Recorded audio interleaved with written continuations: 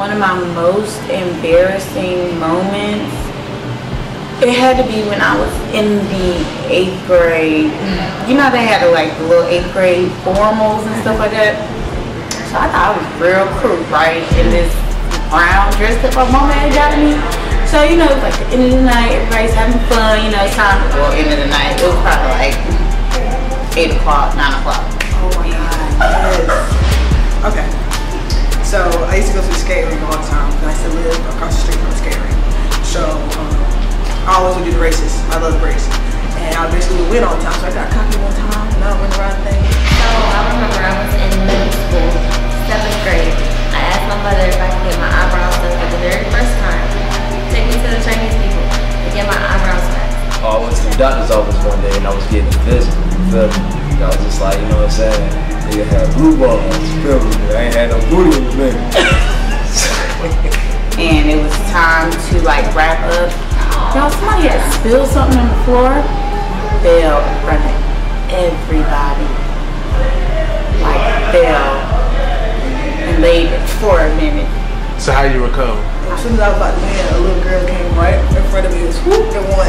I was so I was embarrassed. I was mad too. You ever slip or fall or anything in front of people? Most time I catch myself. She said no because I didn't have the age to go.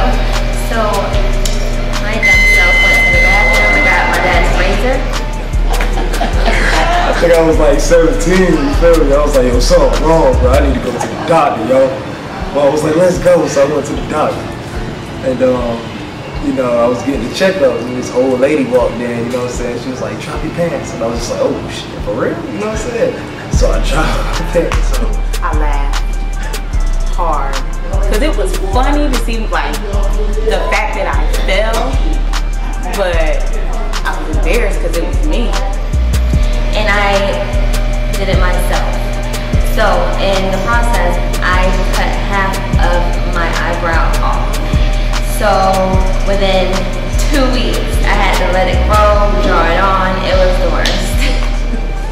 and then she touched my balls and she had like the softest hands that I ever felt in my life, you feel me? This lady about like 50 years old, man. So my joint just, and it was just poking up in her face and I was just like, oh snap. And she was like, it's okay, it's fine, it's fine. Of course, I mean, I used to be immature. I used to always pick on how people dress. So what's one of the funniest, like, moments that when that happened? I used to. I don't really do too much now, but sometimes, I mean, you look fucking different and I know you don't. made you hurt. So what you done picked somebody about? Bro, this gonna be so wrong.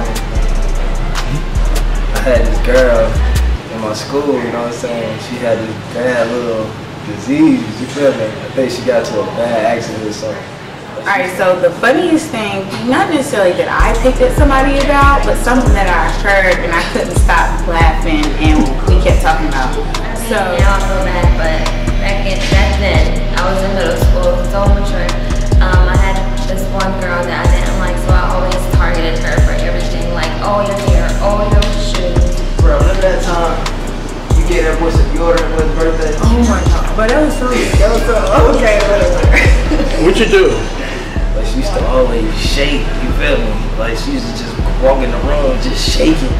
And you know, we used to pick on her since she was doing the Harlem shit. And it was bad because, you know, she couldn't control it. And you know, she used to just walk with me. You know, it was bad, you know, and then, you know. So I was in high school and there was this girl, you know, she was kind of like a heavy set girl, I ain't even gonna lie. She was, you know, she was up there. To make a long story short, she got into it with two of her former friends. Oh, they look mad, you know. But it got to the point where one time I cried and it was kind of bad.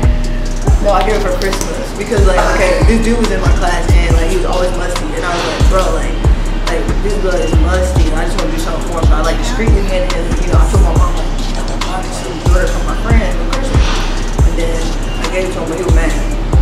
He ain't like that shit. He was like, I don't need no deodorant. I'm like, yes, you do, bro. Like, you need some deodorant. You know, you think about next Friday or Friday after next when Pinky said, you hit that kid with a little fuck no wall. So me being me, I couldn't hold my whole laughter. I ran out of the classroom and I died laughing in the hallway. So then I came back and said, damn, that's bad. They called you a fat bitch this thing. And what's so bad about it? So bless my grandfather and his brothers and sisters, because we don't rock with none of them, including my grandfather. Right. Just not on the side. Just with mama. That's how we do it. I got a lot of those. My family just full of clowns, man. Everybody jokesters in my family. Like my grandma, she's very dramatic. Like, you know how a telemarketer call your phone and you just hang up? Not my grandma. She'll pick the phone up and talk to him. My grandfather, he's not. You don't rock with your granddad? No. He's sorry. And I will tell this to this man's face. I'm always gonna be baby girl. He always gonna love me. My grandfather is sorry. So as his brother and his 3 sisters, all of them. Me and my mama. That's it. So tell me what annoys you, like what gets under your skin the most? Noises, mouth noises, little annoying noises. Like when people smack. Woo, especially smack. And make up a bogus story, you feel me? And you see what happened to my kids over there down the street? Like, she just been doing some wild stuff, B. I think she got it, though. She's the funniest one. You think so? Yes.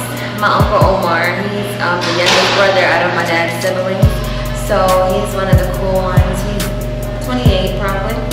So I can relate more to him. So every time he comes around, it's like, gosh. Sorry. SORRY. And I won't deal with them because they've never had like life goals. Like they've let life weigh them down. So instead of being about your kids and about your grandkids and your great grandkids and like passing stuff down and stuff like that, they don't have nothing to show for it. You just want to get lit every day. Like, you want to have you a Colt 45 beer and a black. Like, come on, dog, there's more to life. Like, you can't even buy your granddaughter a bag of chips from the store. You pulling out change. No, nigga, you owe me. The only thing you bought me was a Whopper with no cheese. I'll tell you the funniest thing I did to my grandma, though. What's that? I snatched her leg off in North Hills when I was little. You know what I'm saying? She wouldn't give me no candy. So, I got hot, so I snatched her leg off in front of everybody. You pulled her.